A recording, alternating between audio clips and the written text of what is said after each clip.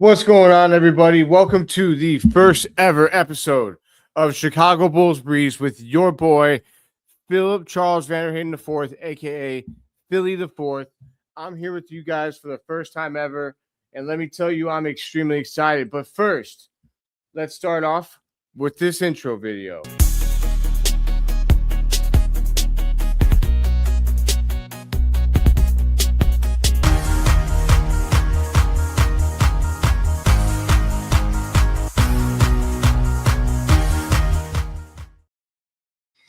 Man, I love it. And first of all, before I go on, I want to say thank you to Pat the designer. Everybody knows the man behind Windy City Breeze, the man who gave me this opportunity. I cannot thank you enough, Pat, for giving me the opportunity to be here in front of Chicago, in front of the fans, and to give everybody my version of the Chicago Bulls. You know, what goes on with them, the latest news, the latest breakdowns, the latest postgame.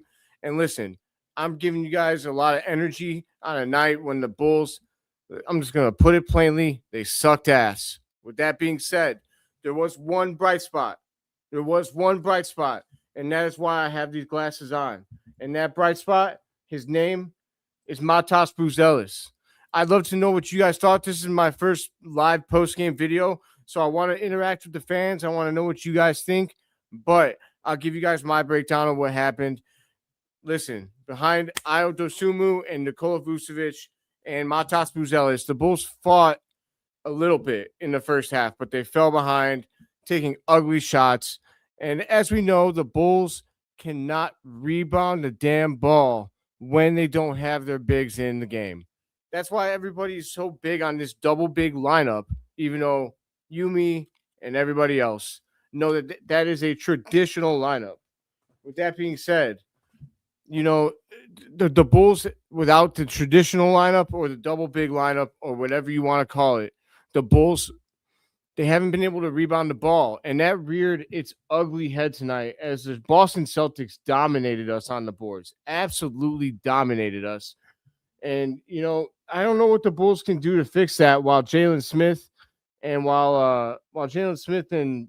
Zach Collins are out with injuries. It's going to be tough. It's going to be tough for the Bulls to bounce back to rebound the basketball. I'm just looking at the stats here real quick. Offensive rebounding wise, the Bulls had 6 offensive rebounds. However, the Boston Celtics had 20. 20.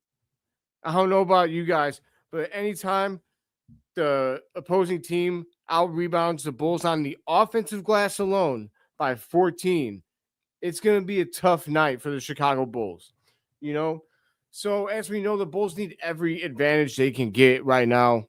And without the rebounding, it was going to be tough. But let's focus on Matas Buzelis for a second. He is my Chicago Bull of the game. And honestly, Matas Buzelis gave us a lot to be hopeful for if you're down to hope for the future. And one thing you guys will learn about me here on Chicago Bulls Breeze is that I am an optimistic guy. Now, look, I'll give it to you plain. I'll give it to you straight. I will tell you exactly what I think. With that being said, I like to keep the glass half full, right? I like to feel a little bit like, like there's hope in the future if we can, navigate a little bit of that. However, this is kind of the truth. Also, Patrick Williams, man. I'm sorry to get off track here, but Patrick Williams, what are you doing, brother? What are you doing out there? I mean, tonight I want to roll with I'm gonna roll with the fans. I want to know, roll with what Michon here had. Patrick Williams tonight, 10 minutes, 2 points, 1 of 4 from the field, 0 of 2 from 3-point range, 2 rebounds, no assists, no turnovers, no steals. Yeah, he almost did the Tony Snell. I mean, he had one basket. One basket. Without that, he was going to be out there doing the Tony Snell. I appreciate you, Guilty. Thank you for tuning in. Appreciate that. But yeah, it was a really rough night for the Bulls tonight. If you bet on the Bulls, there's a reason that the betting line was that large. It wasn't going to happen.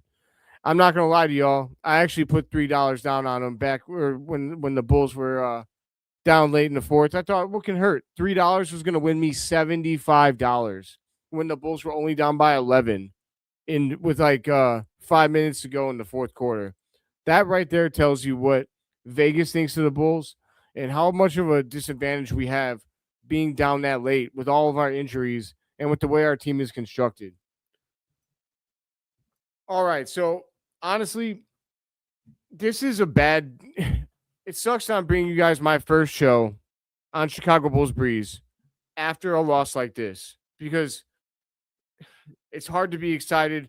It's hard to give you guys a lot of, you know, uh, excitement for the future.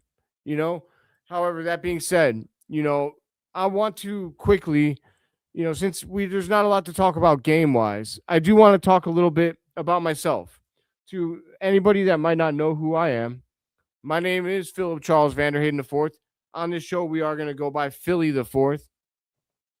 And I've been into sports. I've been a Bulls fan and a Bears fan for 28 years. I'm 34 years old. I started watching when I was 7. And so I've been a big fan of the Bulls forever. In fact, to give you guys a little bit of a, backup as to why my opinion is worth a little something, I played ball. And this right here is a picture of me with Johnny Stockton, one of the greatest point guards of all time. So this right here, I hope, at least for some of you guys, can give you guys, a little bit of proof that I know what I'm talking about. I played for 12 years, and I played in high school. That's where my time ended. And then I didn't play college ball, but I still play to this day 3 times a week with the soldiers. Right now, I am a U.S. Army soldier. I will be out processing soon. My last day in the Army comes on February 15th. So I'm hoping to push this show as hard as I can because I'm going to be with you guys Monday through Friday. And then on the weekend, I will give you guys shorts. But Monday through Friday, I will be here to bring you guys all of the Bulls analysis, regular videos. I'm going to do a live post-game video from after every game. And I will, give you guys all the shorts when I have time as well. But as far as regular episodes are concerned, I will have episodes Monday through Friday. I will also have live post games. Sometimes those might be blended into one, but most of the time I'm going to try and give you guys one of each. So, also, this show, Pat has been very kind to give me creative freedom to do this show exactly how I want to do it. So, if you guys have any suggestions for how I should run Chicago Bulls Breeze or what you would like to see on the show, please do leave them. Leave any comments. I'm here for the fans. I'm nothing without y'all. Straight up. Like, I'm born and raised in the Chicagoland area, Hammond, Indiana, from what you for anybody who knows the area. I grew up about 5 minutes from Gary, Indiana, baby. So I guess one thing that we'll never say Gary, Indiana is fire. Weekend shorts about to hurt. Yes, sir. I'm gonna give you guys shorts on the weekdays too. Like, I'm a dude who likes to give content to the fans. And Pat giving me look this guy. Hayes says I look like a Garian. Hey, if the shoe fits, wear it. Am I right? Are you telling me I've got swag like Michael Jackson? I butchered that, baby. I butchered that. But no, I love you too, Hayes. Shout out to Hayes. Anyone who doesn't who might not know, me and Hayes, we do a show together. We do a weekly show, Bulls Without Borders. I do it also with 3 other guys, Neil from Sea Red UK, and Troy from Australia, and Jamal from California. And we bring on guests. As my man here, Guilty, knows, we brought him on to last week's episode. And in fact, you too can be on that show. If you'd like to debate with us sometime, go ahead and hit me up. But yes, Hayes is the man. Let's not give him too much credit, right? Because that'll go right to his head, and he's going to use it to talk ish about me later on. But I'm just playing. Hayes, I wouldn't have this opportunity without Hayes. Straight up. Hayes contacted me, told me that this was a thing I could pursue. I pursued it, and here I am. So I'd really like to know from you guys though, like everybody in the chat, like tell me, what do you think was the brightest spot tonight? I know that the easy answer is Matas Buzelis, right? But if you guys got somebody else for me, I'd love to know. You know, looking at the stats, I mean, just going straight off of this, Nikola Vucevic actually almost had a triple double. He's really filling the Josh Giddey role without Josh Giddey there. Oh my Atlanta. She's gonna see this, Hayes, but that's okay. I have the endorsement of your mom. I don't need anything else. Well, that's it. I'm gonna sign off with that. No, I'm just playing. That's messed up, Hayes. That's messed up. But he did say he loved me, so I guess we're good. But straight up, like I said, I like to be optimistic, but without Matas Buzelis tonight, what is there to be positive about if you're a Bulls fan? I mean, there's not a lot. Like, just looking, like I said, I'm looking at the stats. I mean, Trey Jones, he had an all right game. But I don't know about you guys. Like, Trey Jones' first game as a starter was extremely successful. But I expect more than what I've seen the last 3 games. The last 3 games, it felt like Trey Jones has really kind of not done enough. And maybe that's not fair to him. Maybe it's not fair. But I feel like he's earned those expectations. Like, Trey Jones can ball. He's a baller. And he's a great defender. So when Trey Jones goes out there, you know, okay, he had 1 turnover. That's one thing he does better than Giddey. And he's not turning the ball over.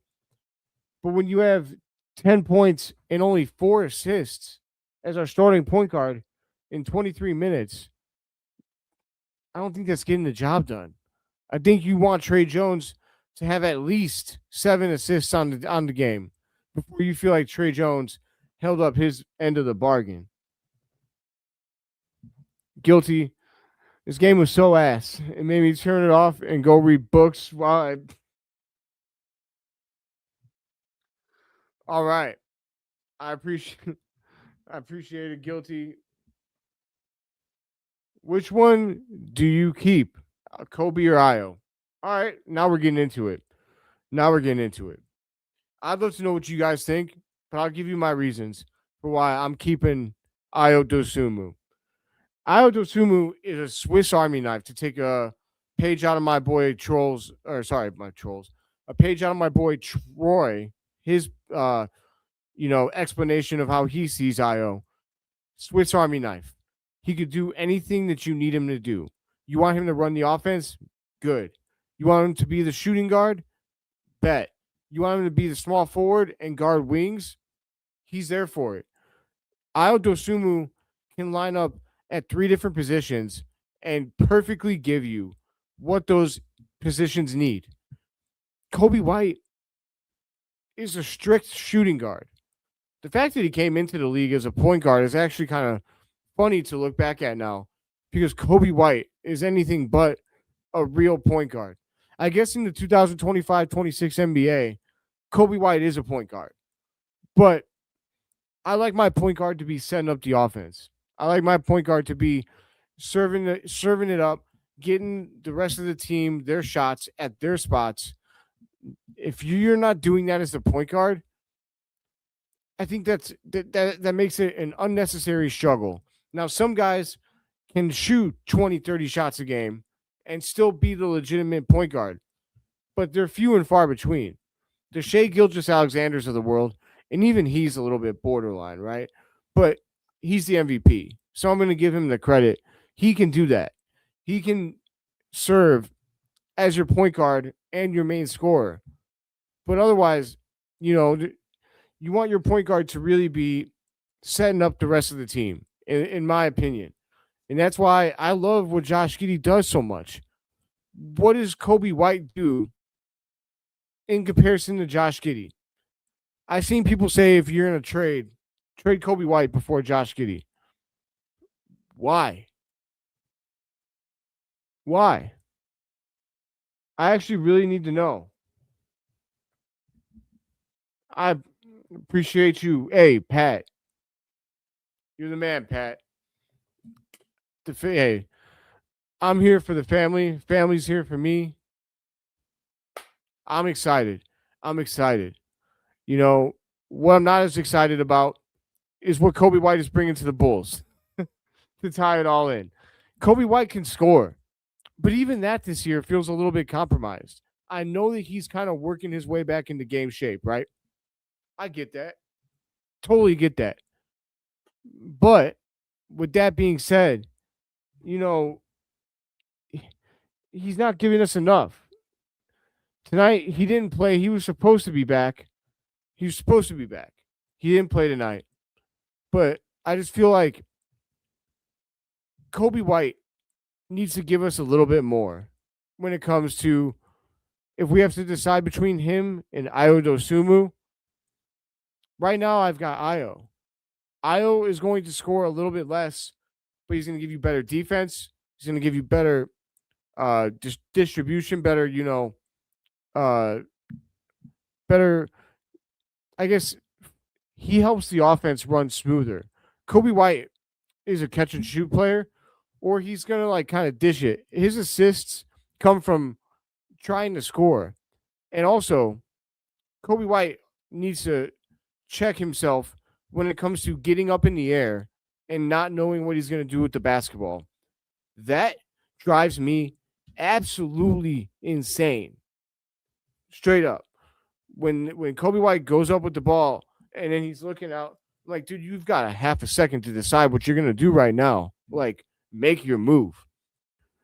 If we had to choose between the two, I find it hard to believe that we can't replace Kobe's scoring.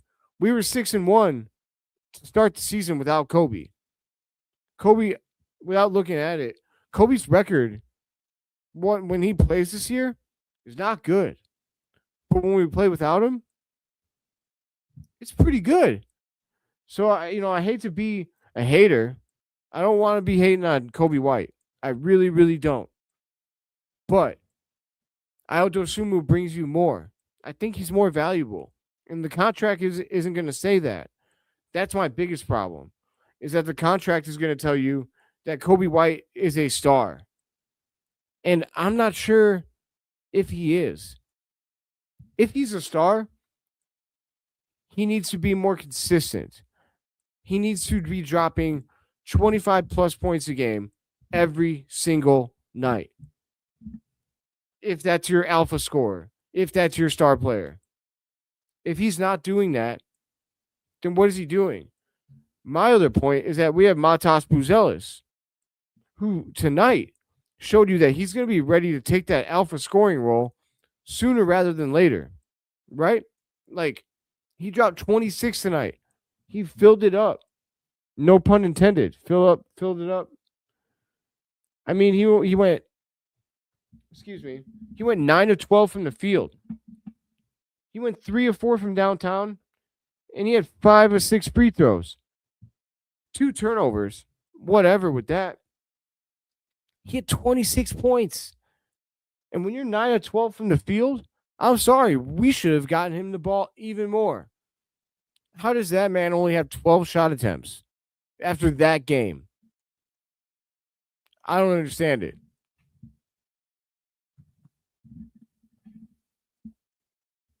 Is that true?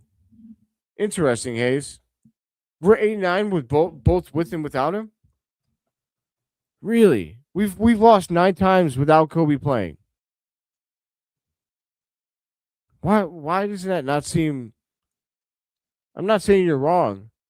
I'm just shocked about that. I'm really shocked about that. Interesting.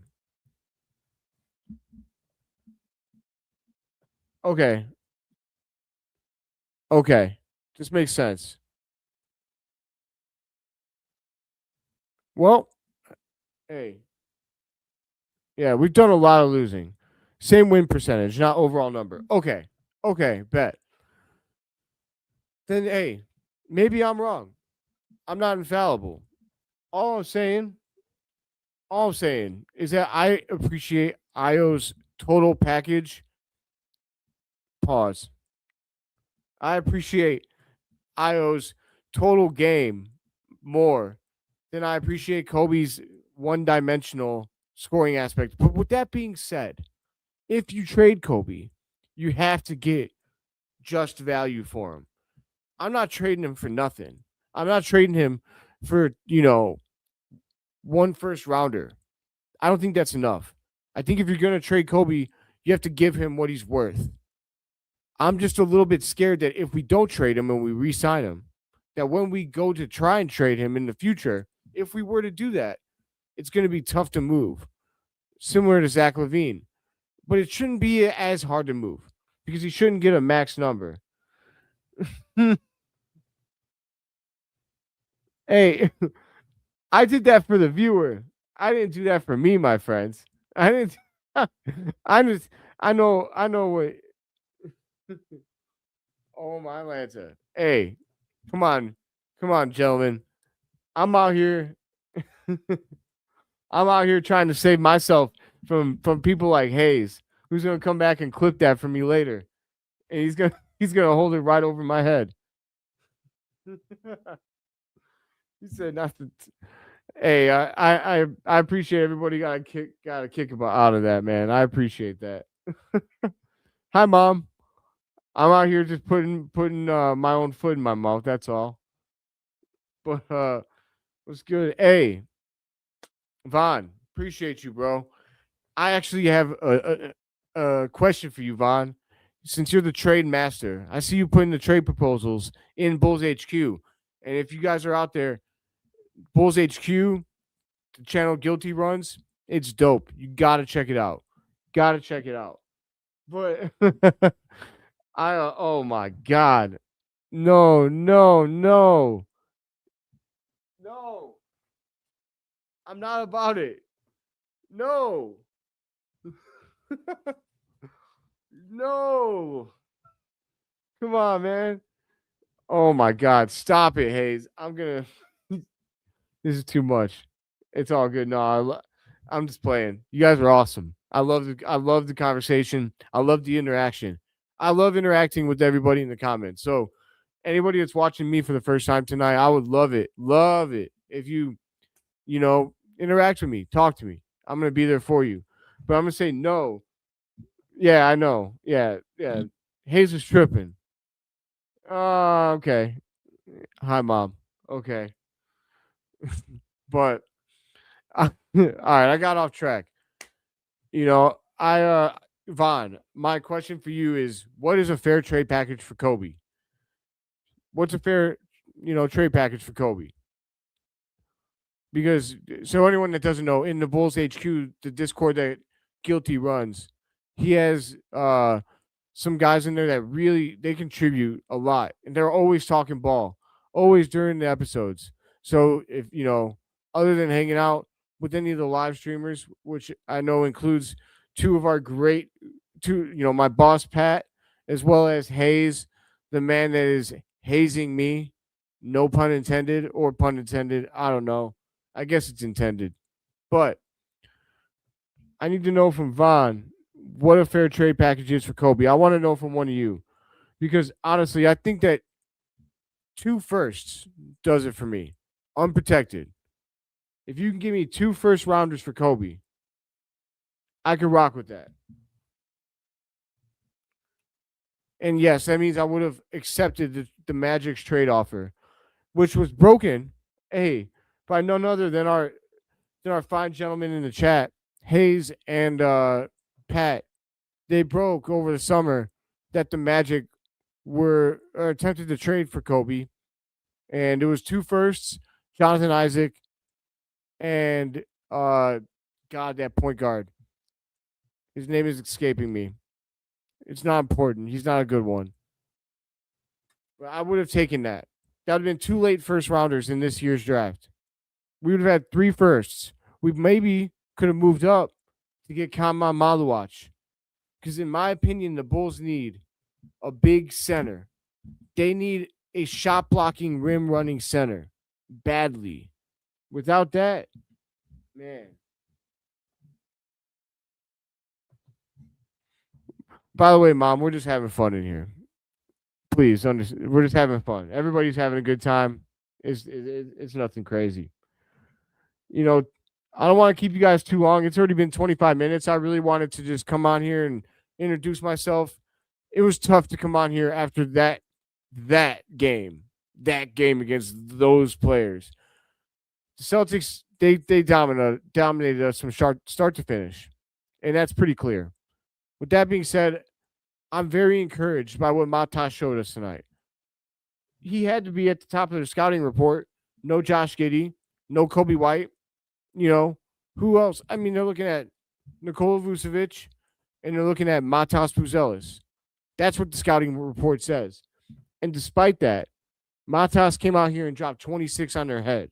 The only problem I have is that he didn't shoot the ball more.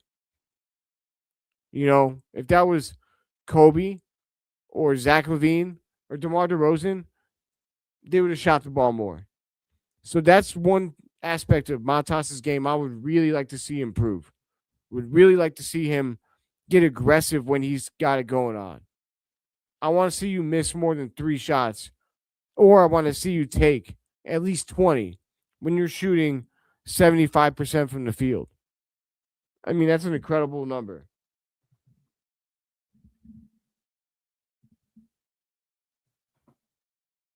Oh, okay, here we go.